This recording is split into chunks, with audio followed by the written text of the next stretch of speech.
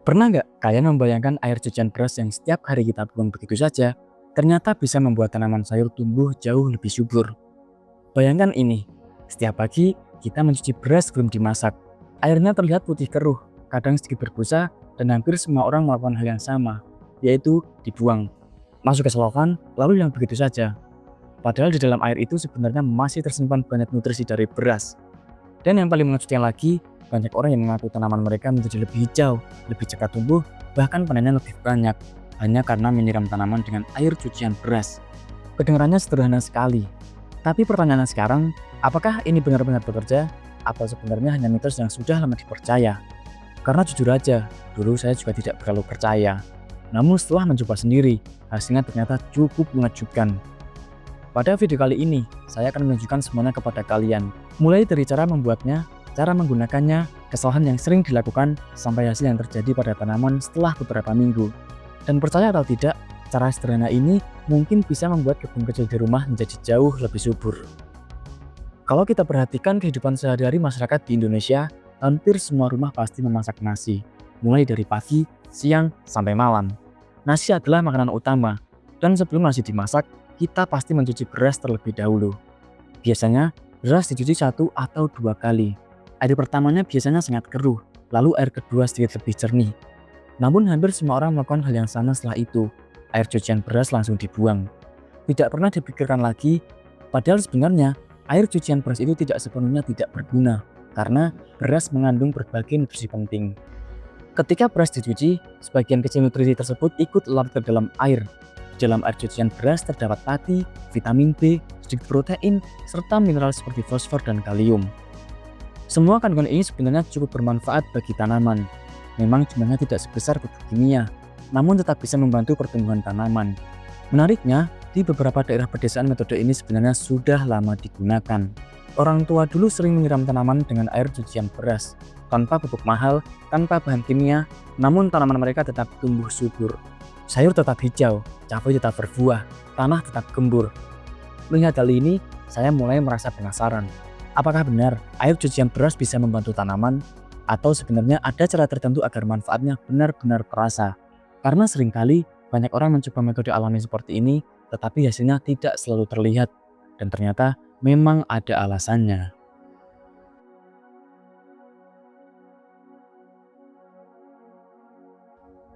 Banyak orang mencoba menggunakan air cucian beras untuk tanaman, namun hasilnya tidak selalu sama. Ada yang mengatakan tanamannya menjadi lebih subur, tapi ada juga yang mengatakan tidak ada perubahan sama sekali. Bahkan ada yang mengatakan tanamannya justru menjadi layu. Kenapa bisa begitu? Ternyata ada beberapa kesalahan yang sangat sering terjadi. Kesalahan pertama adalah terlalu sering menyiram tanaman dengan air cucian beras. Banyak orang berpikir semakin banyak nutrisi yang diberikan, semakin baik untuk tanaman. Padahal kenyataannya tidak seperti itu. Air cucian beras mengandung pati yang cukup tinggi.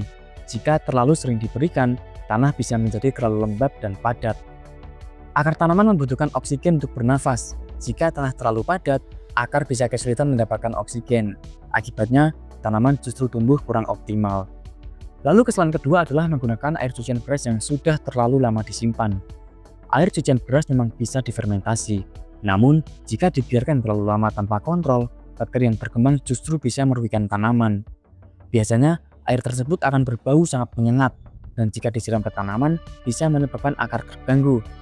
Lalu selanjutnya, kesalahan ketiga adalah tidak mencampurnya dengan air biasa. Banyak orang langsung menyiram tanaman menggunakan air cucian beras yang pekat, padahal sebaiknya air tersebut diencerkan terlebih dahulu. Hal ini agar nutrisi bisa diserap baik oleh tanaman. Kesalahan berikutnya adalah menyiram tanaman pada waktu yang tidak tepat. Misalnya menyiram tanaman saat matahari sedang terik, karena air bisa cepat menguap sebelum sempat meresap ke dalam tanah. Akibatnya, nutrisi yang ada di dalam air cucian beras tidak sempat dimanfaatkan oleh tanaman. Karena waktu terbaik untuk menyiram tanaman biasanya adalah pagi hari atau sore hari. Pada saat itu, suhu tidak terlalu panas, sehingga air bisa meresap dengan baik ke dalam tanah. Suatu hari, saya mencoba melakukan percobaan kecil di rumah. Saya menanam berbagai jenis sayuran di polybag. Ada bayam, ada kangkung, ada sawi, ada cabai, dan beberapa tanaman lainnya. Kemudian, saya membagi tanaman tersebut menjadi 2 kelompok. Kelompok pertama disiram menggunakan air biasa. Lalu kelompok kedua disiram menggunakan air cucian beras. Tujuannya sederhana, saya ingin melihat apakah benar ada perubahan pertumbuhan di antara keduanya. Namun, saya tidak ingin asal mencoba. Saya mencoba mencari cara yang paling efektif agar nutrisi dari air cucian beras benar-benar bisa dimanfaatkan oleh tanaman. Dan setelah membaca beberapa referensi serta melihat pengalaman para petani, saya menemukan satu cara yang cukup menarik. Air cucian beras ternyata bisa difermentasi. Fermentasi ini membuat nutrisi lebih mudah diserap oleh tanaman. Selain itu, proses ini juga membantu menumbuhkan mikroorganisme baik di dalam tanah. Mikroorganisme ini sangat penting bagi kesehatan tanah. Tanah yang sehat biasanya dipenuhi oleh mikroorganisme baik yang membantu memecah bahan organik menjadi nutrisi yang bisa diserap oleh tanaman. Dengan kata lain, air cucian beras tidak hanya memberi nutrisi langsung kepada tanaman, tetapi juga membantu memperbaiki kehidupan mikroorganisme di dalam tanah. Dan proses membuatnya ternyata sangat mudah.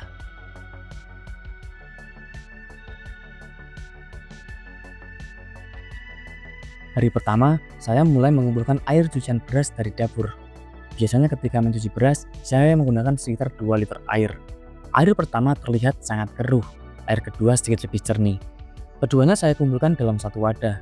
Awalnya, saya hanya menggunakan air cucian beras biasa yang belum difermentasi.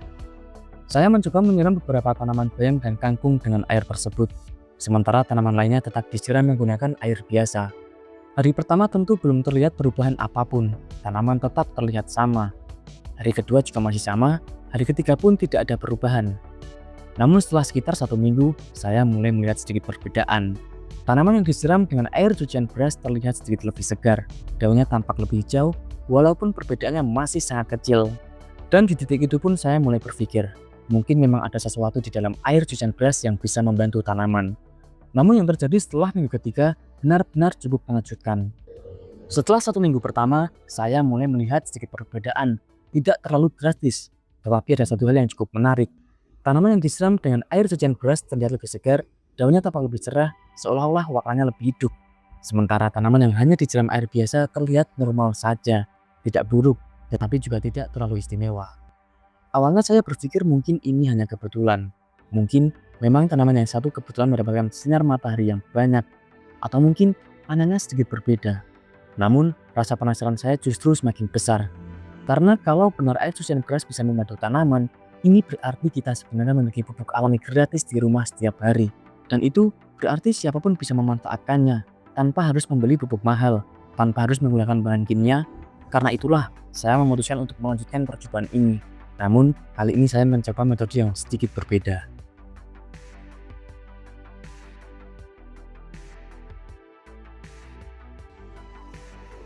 Setelah mencari informasi dari berbagai sumber, saya menemukan bahwa air cucian beras sebenarnya bisa menjadi jauh lebih bermanfaat jika difermentasi terlebih dahulu. Fermentasi adalah proses alami di mana mikroorganisme seperti bakteri baik memecah bahan organik menjadi nutrisi yang lebih mudah diserap. Dalam dunia pertanian organik, fermentasi adalah hal-hal yang sangat umum dilakukan. Banyak pupuk organik cair dibuat dengan cara fermentasi. Tujuannya agar nutrisi menjadi lebih aktif dan lebih mudah diserap oleh tanaman. Hal yang sama juga bisa terjadi pada air cucian beras.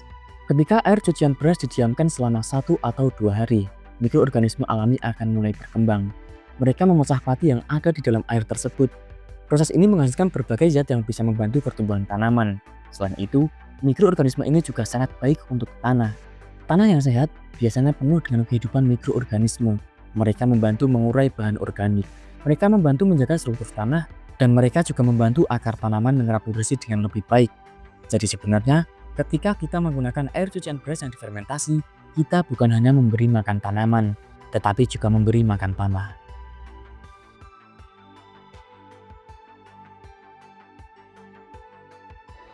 Saya akhirnya mencoba membuat air cucian beras fermentasi sendiri di rumah, dan ternyata caranya sangat mudah. Langkah pertama, tentu saja mengumpulkan air cucian beras. Ketika mencuci beras, saya menampung air cucian pertama dan kedua dalam satu wadah. Biasanya jumlahnya sekitar 2 liter. Kemudian, air tersebut saya masukkan ke dalam botol plastik bekas air mineral. Botol ini tidak saya isi penuh. Saya sengaja menyisakan sedikit ruang udara di dalamnya. Hal ini penting karena selama proses fermentasi akan terbentuk gas. Jika botol terlalu penuh, tekanan gas bisa membuat botol mengembang. Setelah itu, botol saya tutup, tetapi tidak terlalu rapat. Kemudian saya simpan di tempat yang teduh, tidak terkena sinar matahari langsung, dan saya diamkan selama 2 hari. Pada hari pertama, sebenarnya belum terjadi perubahan yang terlalu jelas. Air masih terlihat sama seperti sebelumnya. Namun pada hari kedua, saya mulai mencium aroma yang sedikit berbeda. Ada bau asam ringan, tidak terlalu kuat, tetapi cukup terasa. Ini adalah tanda bahwa proses fermentasi mulai terjadi. Pada titik inilah, air cucian beras sebenarnya sudah siap digunakan. Namun sebelum digunakan, air tersebut tetap harus dianjurkan terlebih dahulu. Salah satu kesalahan yang sering dilakukan orang adalah menggunakan air cucian beras fermentasi secara langsung tanpa dicampuri air. Padahal, ini bisa terlalu kuat untuk tanaman. Karena itu, sebaiknya air tersebut diencerkan terlebih dahulu. Perbandingan yang cukup aman adalah 1 bagian air cucian beras fermentasi dicampur dengan 3-5 bagian air biasa. Misalnya 1 gelas air cucian beras dicampur dengan 3 gelas air biasa. Dengan cara ini, nutrisi tetap ada, tetapi tidak terlalu pekat, dan tanaman bisa menyerapnya dengan lebih nyaman. Setelah dicampur, barulah air tersebut digunakan untuk menyiram tanaman. Selain cara membuatnya, waktu penyiraman juga sangat penting. Banyak orang menyiram tanaman kapan saja mereka sempat. Padahal, waktu penyiraman bisa mempengaruhi seberapa baik tanaman menyerap nutrisi. Waktu terbaik untuk menyiram tanaman biasanya adalah pagi hari, sekitar pukul 6-8 pagi. Karena pada saat ini suhu masih cukup sejuk, tanah belum terlalu panas, air bisa meresap dengan baik ke dalam tanah. Alternatif lain jika tidak bisa dilakukan pagi hari adalah sore hari, sekitar pukul 5-6 sore. Namun sebaiknya jangan menyiram terlalu malam, karena tanah yang terlalu lembab sepanjang malam bisa memicu penyakit jamur pada tanaman. Dengan memilih waktu penyiraman yang tepat, tanaman bisa memanfaatkan nutrisi dari air cucian beras dengan lebih maksimal.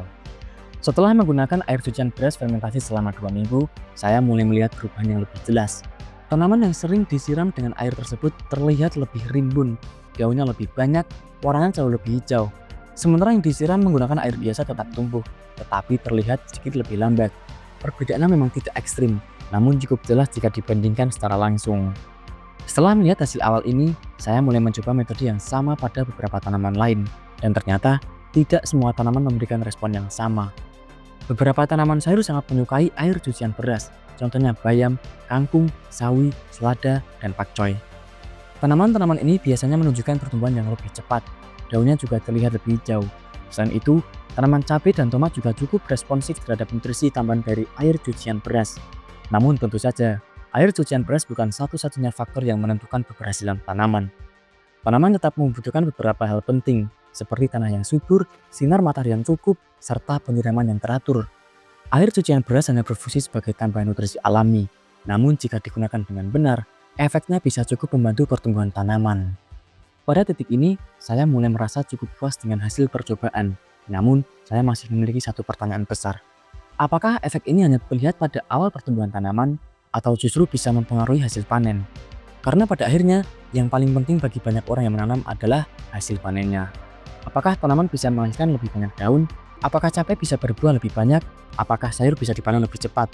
Dan untuk menjawab pertanyaan itu semua, saya memutuskan untuk melanjutkan percobaan ini sampai tanaman benar-benar siap panen. Namun, yang terjadi setelah 1 bulan ternyata jauh lebih menarik dari apa yang saya bayangkan.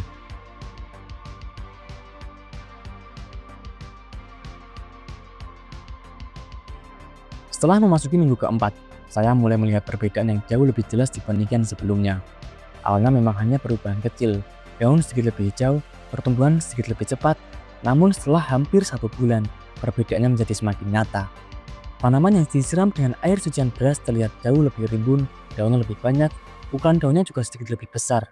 Jika dilihat dari dekat, warna hijau daunnya terlihat lebih pekat, seolah-olah tanaman tersebut mendapatkan nutrisi tambahan.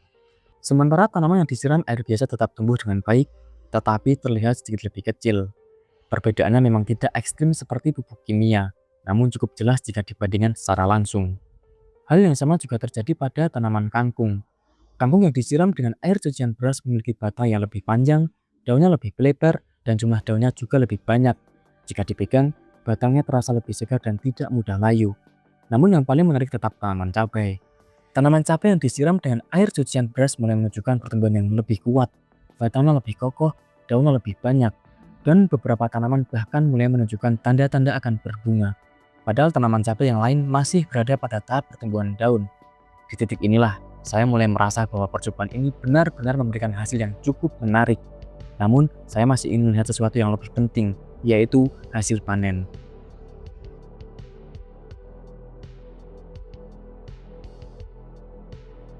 Selain melihat tanaman, saya juga mulai memperhatikan kondisi tanah.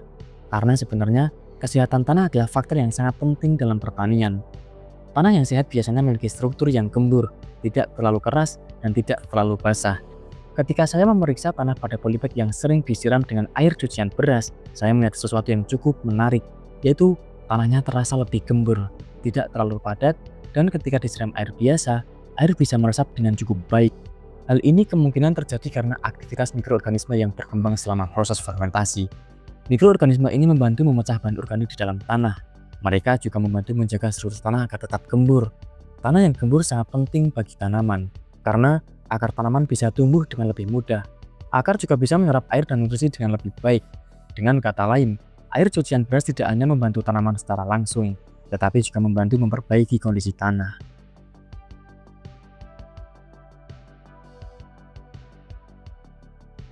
Setelah mencoba metode ini selama beberapa minggu, saya juga mulai memahami beberapa kesalahan yang bisa membuat metode ini justru tidak berhasil. Kesalahan pertama adalah menyiram tanaman terlalu sering. Banyak orang berpikir, jika air cucian beras baik untuk tanaman, maka semakin sering digunakan akan semakin bagus. Padahal kenyataannya tidak seperti itu. Air cucian beras tetap mengandung padi. Jika terlalu sering dibiarkan, tanah bisa menjadi terlalu lembab. Hal ini bisa menyebabkan akar tanaman kekurangan oksigen. Akibatnya, tanaman justru bisa tumbuh kurang sehat. Karena itu, sebaiknya air cucian beras digunakan hanya 1 atau 2 kali dalam seminggu. Di hari lain, tanaman tetap disiram dengan air biasa. Kesalahan kedua adalah menggunakan air cucian beras yang sudah terlalu lama disimpan. Jika air cucian beras disimpan lebih dari 3 atau 4 hari, biasanya baunya akan menjadi sangat kuat. Hal ini menandakan bahwa proses fermentasi sudah terlalu jauh. Air seperti itu tidak baik untuk tanaman. Karena itu, sebaiknya gunakan air cucian beras fermentasi dalam waktu maksimal 2-3 hari. Kesalahan ketiga adalah tidak mencampurnya dengan air biasa. Air cucian beras fermentasi cukup kuat jika digunakan secara langsung. Karena itu, sebaiknya selalu dianjurkan terlebih dahulu.